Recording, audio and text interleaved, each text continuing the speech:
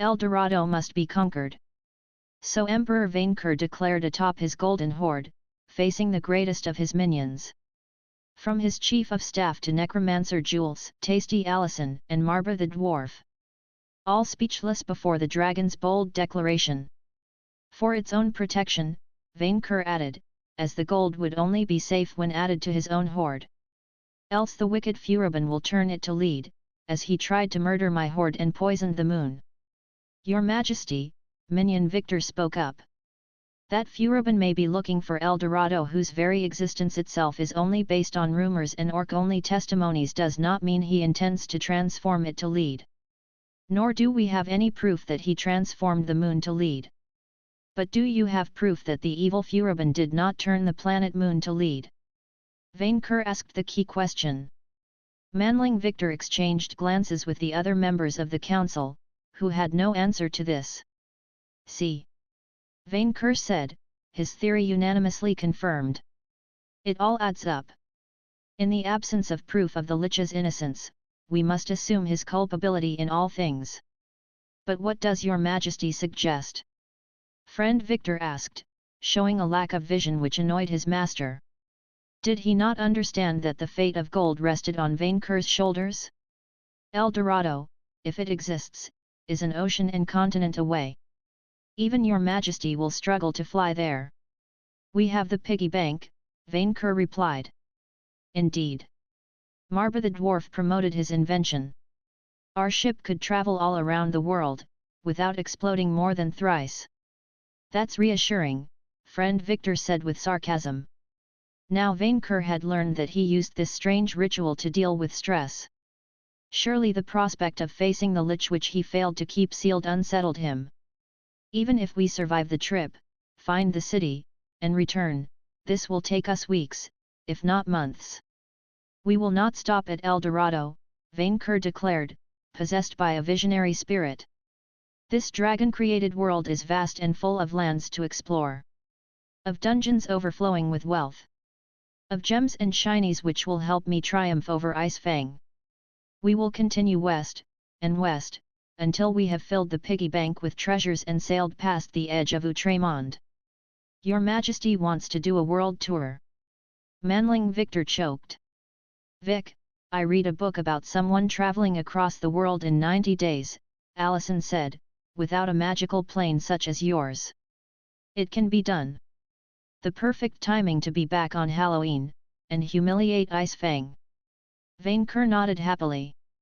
90 days is 3 months. Manling Victor complained. 3 months where Murmurin would remain without your protection. With my Golden Road perk, I can open a gate to my hoard at any time, Vainqueur pointed out. More of my minions can cross this portal and conquer lands in the name of the VNV Empire. That's, friend Victor paused, trapped in his thoughts. Wait, if we combine this with my Scarlet Study perk, we can establish a direct line of communication with Murmurin and return if there is an emergency. We can create more warp projectors to link areas together, Marber pointed out. Outposts of the revolution, bound together by the great chain of industry. Vainqueur could almost hear the debate going on inside his prized lackey's head. I admit, it's theoretically possible, Manling Victor said. But is it wise? Your Majesty declared war on the farmers, Jules the Necromancer pointed out. We have no guarantee that they will not strike first. If anything, your absence, even if temporary, may encourage them. We must look forward. Vainqueur said. Have I not become the most powerful adventurer in the world by pushing my limits? To triumph over the fairies and their wicked pawns, my minions must grow stronger. They must earn levels by accumulating glory and riches in my name. Under my guidance, the Empire has known peace, but to prepare for war, my servants must test their mettle against monsters, dungeons, and the unknown. El Presidente activated. Charisma check successful. And who knew? These distant lands may prove a fertile ground for recruiting new, strong minions. Lackeys who would cheer him up when he invaded Pryden, to burn the fairies' forests to ashes. Manling Victor turned to the other minions, as if expecting support. Instead, their master's words had convinced them. It is true, opportunities to gain levels the traditional way are getting scarcer, Allison admitted. It took a raid in the 60 levels range to defeat King Balor, and millions of soldiers to push back his army to the sea, said Jules. While probably weaker, we have no hope of defeating Melodias on her own territory with our current forces, even if we are to raise the dead again and again. We could also use resources to develop Murmurin itself and sustain the population for the long term. Our weapons need testing, testing, testing, Marber added. In live conditions. Realizing he was hopelessly outvoted, his chief of staff finally returned to the fold. Can we at least wait and prepare for the trip? Manling Victor pleaded. Just the logistics involved for this campaign to work. True, Vainqueur still had an arena to inaugurate, and a minion championship to hold. We will launch the piggy bank after the summer solstice, the dragon declared. Manling Victor, as my official campaign manager and military advisor, I trust you implicitly with planning, preparing, and perfecting the campaign until then. Perfect. Marber seemed especially enthusiastic about the plan. We can finally bring the light of averagism to populations untouched by feudali. Until then, you are dismissed, Vainqueur spoke before the dwarf could go on a tiresome tirade. Grand Vizier Victor, stay at my side. We must discuss a private, important matter. The minions left the vault, leaving the Emperor with his most trusted advisor. Yes, his friend asked. Have you bred yet? Vainqueur asked. He had done everything in his power to help his minion tie the knot with sweet chocolatine, and never checked if it worked. Chocolatine and I are taking a break. What? After all the time Vainqueur spent setting them up. Why is that minion? What could be more important than ensuring a new generation of lackeys can fill my hoard? I don't know. I don't know if I want to settle or stay free. I don't know what I want. Minion, you shall not start breeding wars with your inability to settle on a proper partner, Vainqueur said. To avoid jealousy among other minions, you shall service everyone.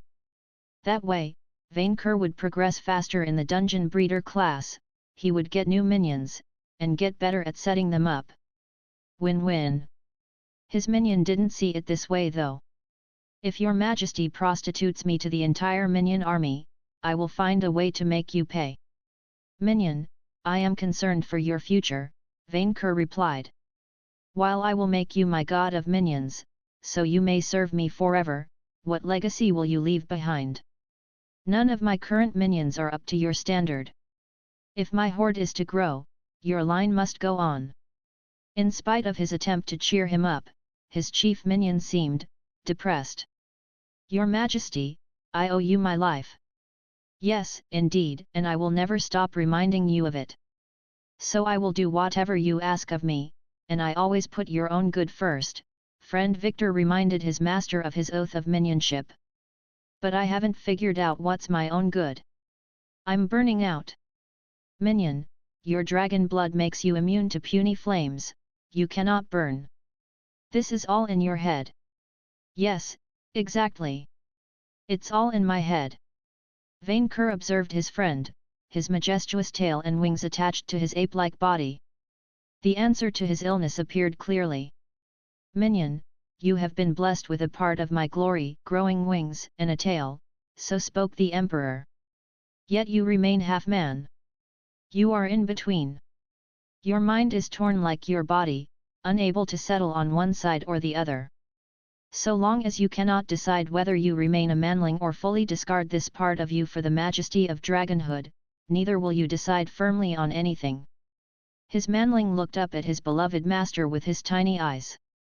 Why have you fallen silent, minion? It never occurred to me that your majesty had grown much wiser with time.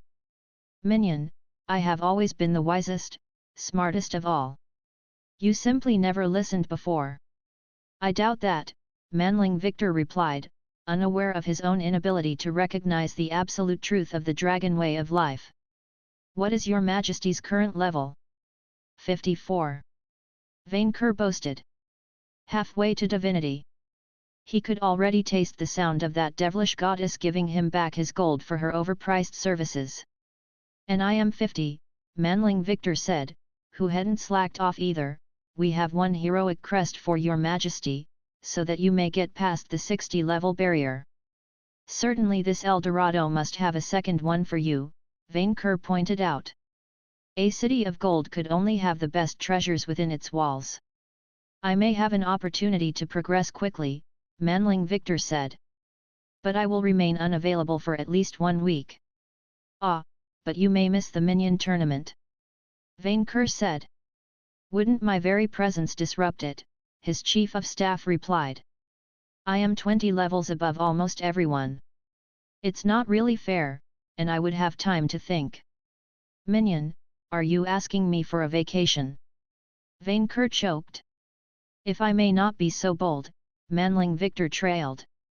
Yes, I need one." "A minion asking for a vacation? Impossible. That was the road to strikes, rebellion, entitlement. Even for a chief of staff, no dragon had been asked time off, rewarding a minion's work with free days, yes, but being asked for it. And yet, after so many months of loyal, dutiful hard work, that Manling Victor would ask such a thing raised all kinds of alarms.